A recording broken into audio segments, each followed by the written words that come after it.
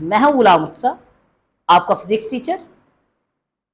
सबसे पहले आप तमाम लोगों को आपके अपने ही channel physics point by GM sir के अंदर वेलकम करते हैं। आज हमारा लेक्चर नंबर चैप्टर 2 का लेक्चर नंबर 7 है, जिसका जो हमारा टॉपिक है वो हमारे पास है जी थर्ड इक्वेशन ऑफ मोशन।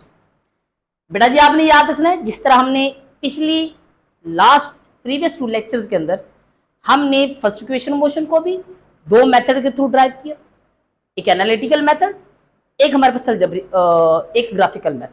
इसी तरह हमारे पास जो सेकंड इक्वेशन ऑफ मोशन थी उसको भी हमने एनालिटिकल मेथड के थ्रू भी ड्राइव किया और ग्राफिकल मेथड के थ्रू भी। इसी तरह हम ये जो थर्ड इक्वेशन ऑफ मोशन है इसको भी हम सबसे पहले एनालिटिकल मेथड के थ्रू ड्राइव करेंगे, फिर उसके बाद हम इसको ग्राफिकल मेथड के थ्रू ड्राइव करेंगे। इन सारी इक्वेशन ऑफ मोशन के अंदर एक बात कॉमन है कि वो कॉमन ये है कि हमारे पास जो एक्सप्लेनेशन है वो सारों के अंदर कॉमन है। एक्सप्लेनेशन जो मैं यहाँ पे बताऊंगा वही हमारे पास एक्सप्लेनेशन पिछली दोनों के अंदर बताई हुई है। वो क्या बताई हुई है, आइए हम स्टार्ट करते हैं। तो सबसे पहले हम एनालिटिकल मेथड को एक्सप्लेन करेंगे। वहां पर आपने एक्सप्लेनेशन में मेंशन करना है कि consider a body moving with a velocity vi in a straight line after time interval t। एक बॉडी है जो कि इनिशियल वेलोसिटी vi के साथ मूव कर रही है, टाइम t इंटरवल गुजरने के बाद उसकी जो वेलोसिटी है वो हमारे पास क्या बन जाती है, vf बन जाती है। और आपने याद रखना है यहाँ पे ये जो बॉडी है वो जो हमारे पास इस टाइम इंटरवल t के अंदर मूव कर रही है वो हमारे पास कांस्टेंट एक्सेलरेशन के साथ मूव कर रही है। और दूसरी चीज ये भी याद रखनी है, बॉडी की जो वेलोसिटी है वो कंटिन्यूसली वेरी कर रही है, चेंज हो रही है। कैसे वेरी कर रही है, जैसा कि हमें पता है कि ये हमारे पास सपोज के स्टार्टिंग में इसकी वेलोसिटी मेरे पास 20 थी, फिर हमारे पास 40 हो गई, अगले लम्हे मेरे पास क्या होगी इसकी वेलोसिटी 60, और उससे अगले लम्हे मेरे पास इसकी वेलोसिटी क्या होगी 80, और फिर उससे अगले लम्हे इसकी जो वेलोसिटी होगी वो हमारे पास 100 हो गई। और अब यहाँ पे देखें हर दो वेलोसिटी के दरमियान जो हमारे पास चेंज इन वेलोसिटी वो सेम है, मीन एक्सेलरेशन भी क्या है, सेम है। ये चीजें आपने याद रखनी है। और अब हम चलते इसकी मैथमेटिकल डेरिवेशन की तरफ। मैथमेटिकल डेरिवेशन बहुत ईजी है। वो ये है कि हमें पता है कि जो डिस्प्लेसमेंट है उसका बेटा फार्मूला होता है V S is equal to V multiply by T. बेटा सेकंड इक्वेशन मोशन में आपको मैं बता चुका हूँ कि इस पूरे टाइम इंटरवल के अंदर हमारे पास जो वेलोसिटी है वो कंटिन्यूसली चेंज हो रही है। जब वेलोसिटी कंटिन्यूसली चेंज हो रही होती है तो इस फार्मूले में हम इंस्टेंटेनियस वेलोसिटी की बजाय एवरेज वेलोसिटी यूज करते हैं। मीन के डिस्प्लेसमेंट के अंदर ये जो वेलोसिटी है यहाँ पे इस इंस्टेंटेनियस की बजाय एवरेज वेलोसिटी यूज करेंगे। और एवरेज वेलोसिटी का फार्मूला क्या होता है, एवरेज वेलोसिटी का फार्मूला होता है V I plus V F divide by 2 multiply by T. इस इक्वेशन को नेम दे दें आप इक्वेशन नंबर 1 का। यहां पे याद रखना कि लास्ट टाइम जब हम इक्वेशन नंबर 2 ड्राइव कर रहे थे वहां पे हमने जो रिप्लेस किया था वो हमने किस चीज को रिप्लेस सब्स्टिट्यूट किया था, वीएफ को। और थर्ड इक्वेशन के अंदर हम जो सब्स्टिट्यूट करेंगे वो हम करेंगे इक्वेशन नंबर 3। और सब्स्टिट्यूट कहां से करेंगे, वो हम करेंगे फर्स्ट इक्वेशन ऑफ मोशन से। और आपको पता है बेटा कि फर्स्ट इक्वेशन ऑफ मोशन क्या है, वो हमारे पास सिंपल है, F is equal to V I plus A T. ये देखिए वी आई यहाँ पे क्या हो रहा है, माइनस प्लस हो रहा है, इधर जाएगा तो क्या हो जाएगा माइनस, तो क्या बनेगा V F minus V I, और पीछे क्या रह जाएगा ए टी। अब मैंने क्या निकाला था टी, ए यहाँ पे क्या हो रहा है मल्टीप्लाई टी के साथ, इधर जाएगा तो डिवाइड हो जाएगा, तो क्या बनेगा V F minus V I divide by is equal to T. ये हमारे पास जो इक्वेशन टी की निकली है इसको हमें पुट करना है इक्वेशन नंबर 1 के अंदर। मैं यहाँ पे लिखता हूं put the value of T in equation 1, put the value of T. ठीक है, वैल्यू पुट करें, कहां पे पुट करनी है, इन इक्वेशन 1, इक्वेशन 1 के अंदर। इक्वेशन 1 क्या है आपके पास, इक्वेशन 1 बहुत सिंपल है, वो हमारे पास ये है S is equal to V I plus V F. मैं आप इसको इस तरह लिख लेता हूँ V F plus V I, क्योंकि दो चीजें जब भी ऐड हो रही होती है उनको जब भी हम रीअरेंज करके लिखते हैं, मतलब पहले को बाद में लिख लें या बाद वाली वैल्यू को पहले लिख लें, तो प्लस के ऊपर कोई फर्क नहीं पड़ता। तो मैं यहाँ पे से लिख लेता हूँ V F plus V I, हालांकि इक्वेशन में ये लिखा हो V I plus V F. तो मल्टीप्लाई बाई टी, टी की जगह पे ये टी है, तो टी की जगह मैं यहाँ, ये देखिए यहाँ पे ये टी है, तो इस टी की जगह पे मैं यहाँ पे टी की वैल्यू को सब्सटीट्यूट करता हूँ, जो कि मेरे पास क्या बन रही है, V F minus V I divide by A. बेटा आपको पता होना चाहिए कि हमने 9th क्लास की मैथमेटिक्स के अंदर एक फार्मूला ड्राइव करके आए। क्या फार्मूला ड्राइव करके आए, अगर मेरे पास ए स्केयर माइनस बी स्केयर हो, इसको ओपन करूं तो मेरे पास क्या बनेगा, एक दफा प्लस में ब्रैकेट ए प्लस बी इंटू ए माइनस बी, ए स्केयर माइनस बी स्केयर ए प्लस बी इंटू ए माइनस बी, मीन कि ये दो आपस में इक्वल है, तो यहाँ जहां पे हमारे पास ये चीज दी होगी उसकी जगह पे मैं यहाँ पे ये मेंशन कर सकता हूँ। अब यहाँ पे देखो इस इक्वेशन में, अभी इसको एक दफा यहीं रहने दो, यहाँ पे इस इक्वेशन को देखो, ये 2 और ए ये दोनों क्या हो रहे थे, यहाँ पे डिवाइड हो रहे थे, अगर इस साइड पे जाएंगे तो क्या हो जाएंगे, मल्टीप्लाई, तो ये क्या बनेगा 2as, पीछे क्या रह जाएगा vf plus vi into vf minus vi। अब यही फार्मूला देखिए और यहाँ पे ये वाला फार्मूला देखिए, यहाँ पे देखिए इस फार्मूले के अंदर एक दफा प्लस है, इस ब्रैकेट के अंदर एक दफा माइनस है, जब एक दफा प्लस हो एक दफा माइनस हो किसके बराबर होता है, ए स्केयर माइनस बी स्केयर, तो यहाँ पे हमारे पास ए तो नहीं, यहाँ पे हमारे पास ए की जगह पे वी एफ है और बी की जगह पे वी आई है, तो ये बनेगा मेरे पास V F square minus V I का स्केयर, और इस साइड में मेरे पास क्या था 2as। ये बेटा हमारे पास थर्ड इक्वेशन ऑफ मोशन जो है बाय एनालिटिकल मेथड ड्राइव हो गई। बेटा जी अभी हम क्या काम करेंगे, अभी हम इसी थर्ड इक्वेशन ऑफ मोशन को बाय ग्राफिकल मेथड के थ्रू ड्राइव करेंगे। तो कैसे ड्राइव करते हैं, सबसे पहले हम देखते हैं ग्राफिकल एक्सप्लेनेशन। लेकिन ग्राफिकल एक्सप्लेनेशन से पहले आप याद रखिएगा कि हमने जब first equation of motion drive की या सेकंड की, उसके लिए भी हमने क्या चीज इस्तेमाल की, वेलोसिटी टाइम ग्राफ। तो हमारे पास जो थर्ड इक्वेशन ऑफ मोशन है इसके अंदर भी हम वेलोसिटी टाइम ग्राफ ड्रॉ करेंगे। वेलोसिटी टाइम ग्राफ आपको ड्रॉ करना मैंने फर्स्ट इक्वेशन ऑफ मोशन के लेक्चर के अंदर समझाया हुआ है, जो कि हमारे पास लेक्चर नंबर 5 था। अब यहाँ पे मैंने सिंपल ग्राफ पहले ड्रॉ कर लिया, वेलोसिटी टाइम ग्राफ, जो कि हमारा वेलोसिटी वाई एक्सिस के ऊपर है और हमारे पास जो टाइम है वो हमारे पास एक्सिस के ऊपर मौजूद है।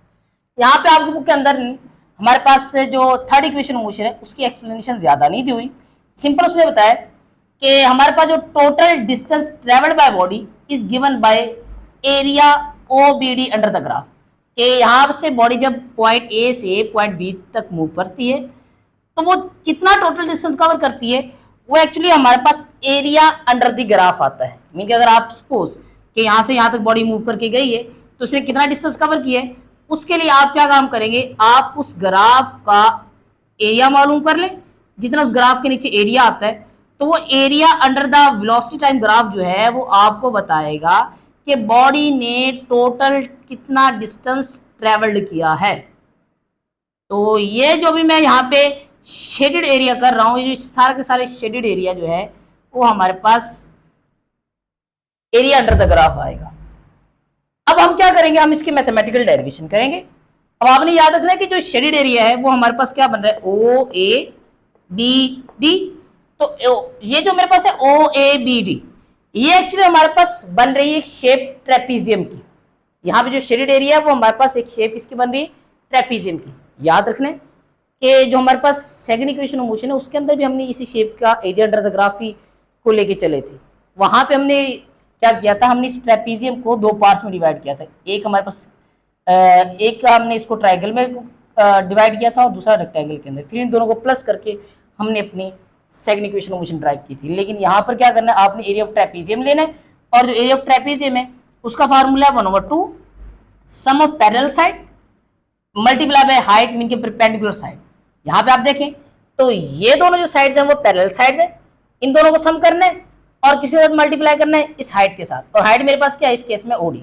पैरेलल साइड देखें तो यहाँ पे सबसे पहले मैं 1/2 वैसे का वैसे लिखूंगा, और पैरेलल साइड 2 है, एक तो मेरे पास OA है, तो यहाँ पे आप क्या लिखेंगे OA, प्लस करना है, प्लस किसके साथ करना है BD के साथ, तो यहाँ पे क्या लिखेंगे BD, मल्टीप्लाई किससे करना है हाइट, हाइट मीन के परपेंडिकुलर साइड, तो परपेंडिकुलर साइड मेरे पास क्या है OD। अगर आप यहाँ पे देखें तो ये OD बन रहा है, और इस साइड में मेरे पास क्या आ रहा है SR है। अब आपने काम ये करना है, आपने ओ ए की वैल्यू देखनी है, बी डी की भी देखनी है और ओ डी की देखनी है। और यहाँ पे देखें तो हमारे पास ओ ए की वैल्यू देखते हैं क्या बनती है। ओ ए की वैल्यू मेरे पास क्या बनेगी, वी आई बनेगी, और बी डी की क्या बनेगी, वी एफ बनेगी, और ओ डी की देखते हैं क्या बनेगी, टी बनेगी। तो यहाँ पर मैं मेंशन कर लेता हूँ इस जगह पे, ताकि हमें बाद में मसला ना बने कि हमारे पास यहाँ पे जो ओ ए है उसकी बेटा वैल्यू क्या बनती है, ओ ए की वैल्यू बनती है मेरे पास ओ ए, ओ से लेके वी आई, और अगर यहाँ पे देखें बी डी, तो बी डी ये वाली वैल्यू, तो ये बनेगी बी डी, ये बेटा जी बनेगी मेरे पास वी एफ, और ओ डी ये बेटा जी मेरे पास बनेगा टाइम टी। मैं यही वैल्यूज उठा के इस इक्वेशन में पुट कर दूंगा।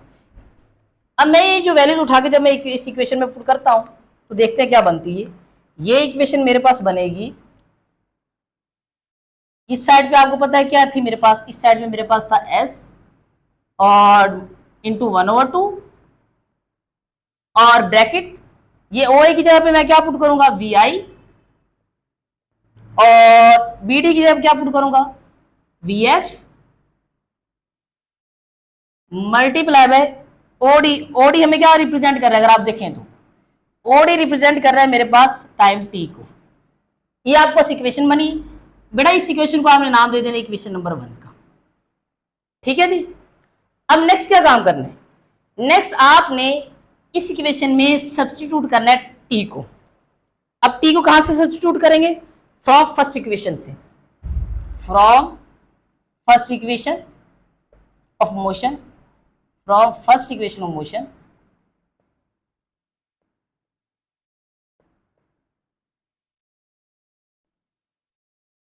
Substitute T. सब्स्टिट्यूट, सब्स्टिट्यूट का मतलब है कि आपने रिप्लेस करना है किसको, वैल्यू ऑफ टी को, वैल्यू ऑफ टी।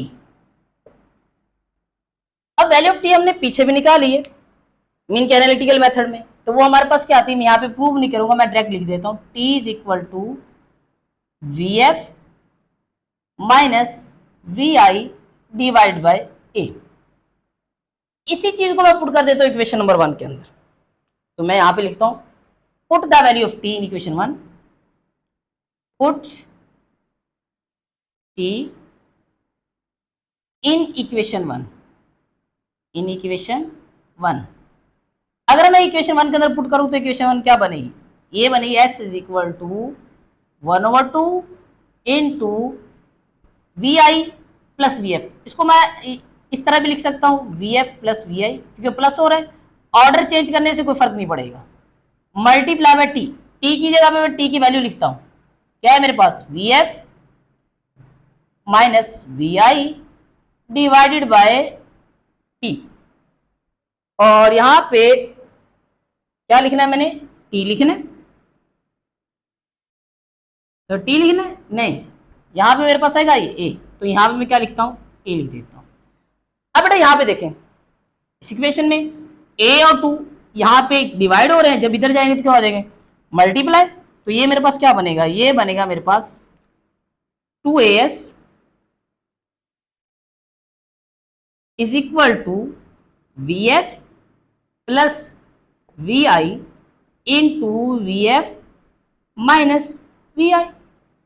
और यहां पे हमें फार्मूला पता है एक, वो फार्मूला मैं यहां पे मेंशन कर देता हूं, ए स्क्वायर माइनस बी स्क्वायर किसके बराबर होता है, एक दफा प्लस में और एक दफा माइनस में। अब यहां पे अगर आप थोड़ा सा और करें, ये एक दफा प्लस में दिया हो we F plus V I, और एक दफा माइनस में दिया हो, जब इन दोनों को मल्टीप्लाई करेंगे तो क्या आएगा, तो हमारे पास ए का स्क्वायर माइनस बी का स्क्वायर मीन के वी एफ का स्क्वायर माइनस वी आई का स्क्वायर। तो चलिए मैं करके देखता हूं, तो मैं यहां पे करके देखूंगा तो मेरे पास बनेगा 2as वैसे का वैसे आ जाएगा, और ये मेरे पास बन जाएगा वी एफ का स्क्वायर माइनस वी आई का स्क्वायर। बेटा जी ये मेरे पास फाइनल आंसर बन गया ग्राफिकल मेथड का third equation motion, 2as is equal to V F square minus V I square. उम्मीद करता हूं बेटा जी आपको ये जो लेक्चर है वो complete each and every point समझ आ गया होगा। अगर आपको यहाँ पर किसी भी चीज़ की कन्फ्यूजन तो आप नीचे कमेंट बॉक्स के अंदर आप इस लेक्चर की जो भी कन्फ्यूजन है वो आप वहाँ पुट करें, इंशाल्लाह आपको उसका ज़रूर रिस्पॉन्ड मिलेगा।